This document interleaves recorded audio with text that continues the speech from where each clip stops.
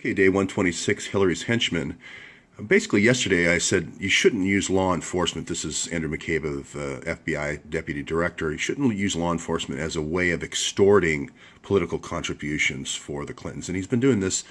Started out just attacking people that were against Bill Clinton's impeachment, but more and more it's been used as a device for extorting donations for Hillary Clinton, especially as it starts in around 2000 when she gets on the Senate Arms Foreign Relations Committee. And again, as I said about these rat lines and so forth, where you're using rat lines to finance political objectives, you end up, it gets worse and worse. It metastasizes. It's not the sort of thing that heals itself. And again, if you have Palantir or Promise software before this, you can see, as Andrew McCabe can, into all the rat lines and all the people that are being targeted at all times. So you can pick and choose when you want to do a prosecution and so forth. And as I've said before, I was involved in the Portland Christmas tree bomber case. He used 3 informants for 3 years, illegal wiretaps, to convince a 17-year-old Somali kid to press a button. He never saw a soldering iron, and they built the bomb for him. So I'm very familiar with Andrew McCabe's MO, and leopards just don't change their spots. Now, people think I somehow am a fan of his. No, he's the one who ordered life disruption on me, so I'm not, no, I am no fan of Andrew McCabe. So anyway, these using, and I'm going to talk specifically about sex trafficking and the use of the National Center for Missing and Exploited Children as a database for jailbait for these political objectives. What I'm talking about here is Joint Terrorism Task Force. This is kind of the underworld of our current policing in the United States. This is what happens after dark. This is never reported on in any way, shape, or form to local mayors or police chiefs.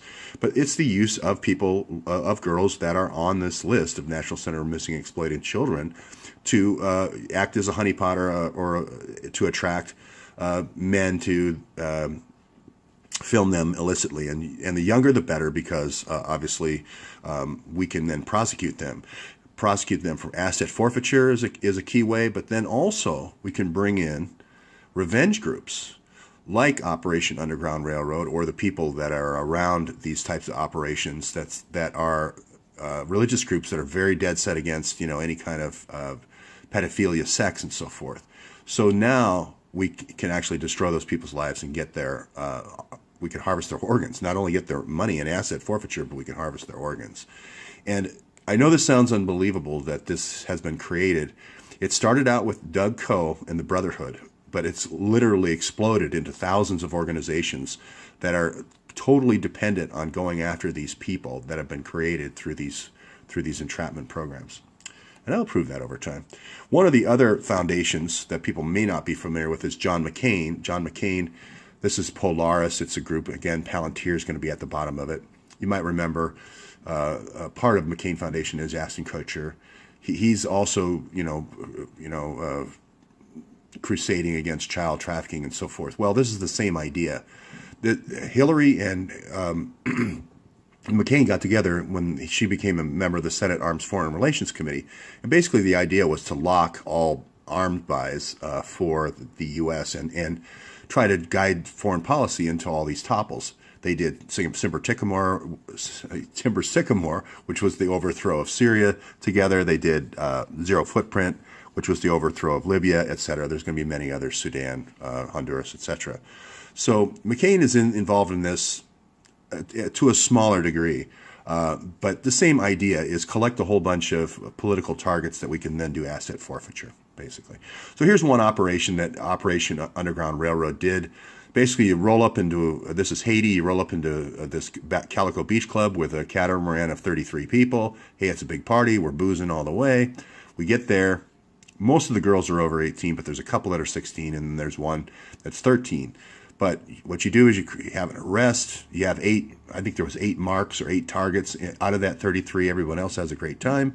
And then you publish the newspaper article the next day that some girls were as young as 13 years old.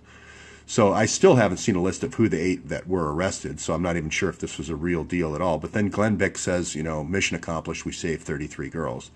What happened is then those guys all sailed off in the catamaran. They didn't pay their bill, according to Vince DePate.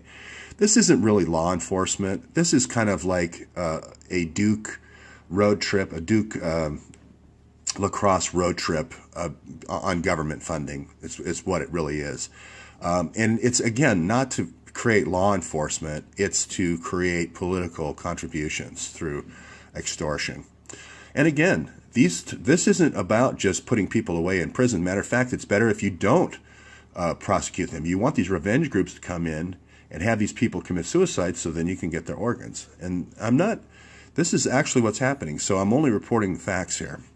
Again, this is why it's so important to get the 650,000 emails, the metadata at least, and then we can go through all of the stuff that Andrew McCabe is he again in the news saying that the Russia thing is total bullshit, but apparently he doesn't want to come clean with that information and make that information public, even though he's the one who went over to the White House and said it's total bullshit. So again, a man of contradictions. Again, Kallstrom, assistant to the FBI, no grand jury, no subpoenas, no court orders, immunity for all the co-conspirators, letting the co-conspirators in on the interview. I mean, these are crazy things the FBI never does. That's exactly what happened in the Clinton Foundation investigation. So that's it for right now, and I'll have more this afternoon.